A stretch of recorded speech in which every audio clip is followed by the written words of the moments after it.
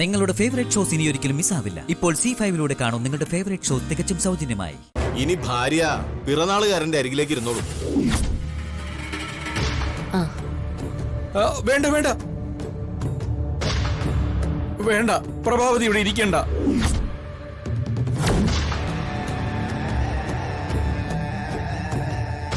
ഇവിടെ ഇരിക്കേണ്ടത് എന്റെ ഗായത്രി ദേവിയാ.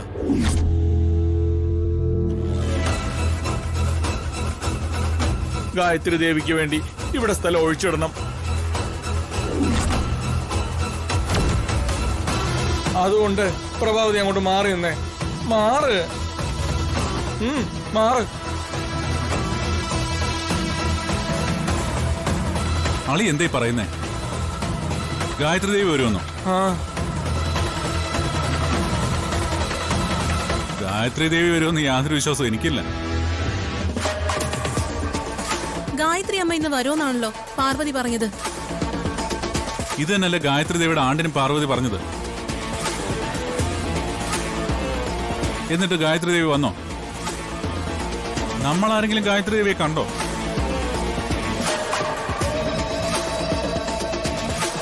ഇത്തവണ അത് തന്നെ സംഭവിക്കും. ഗായത്രി ദേവി വരില്ല. അങ്കിള്, ഒരു തർക്കമൊന്നും വേണ്ട. ഓരോരുത്തർക്കും ഓരോ വിശ്വാസമാണ്. അമ്മ ഇന്ന് വരുമെന്നും അച്ഛന്റെ അരികിൽ ഇരിക്കുമെന്നുള്ളത് അത് അച്ഛന്റെ വിശ്വാസമാണ്.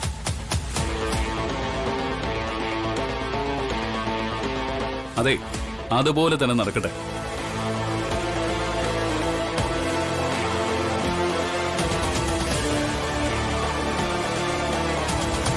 സ്വാമിജി, പൂജ തുടങ്ങിക്കോളൂ. പൂജ നടക്കട്ടെ. ഇതിന്റെ യഥാർത്ഥ ഉദ്ദേശം ഞങ്ങൾക്ക് മാത്രമല്ലേ അറിയൂ.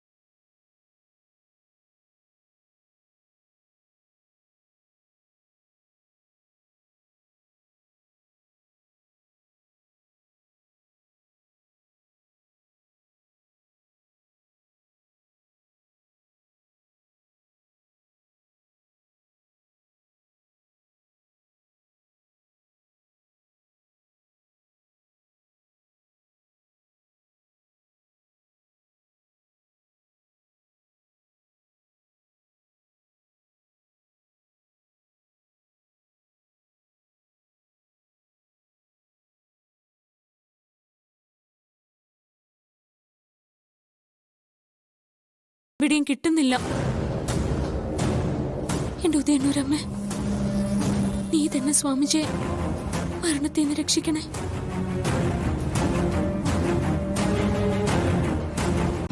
ഡൗൺലോഡ് ചെയ്യൂ C5 ആപ്പ്. കാണൂ എല്ലാ എപ്പിസോഡുകളും സൗജന്യമായി.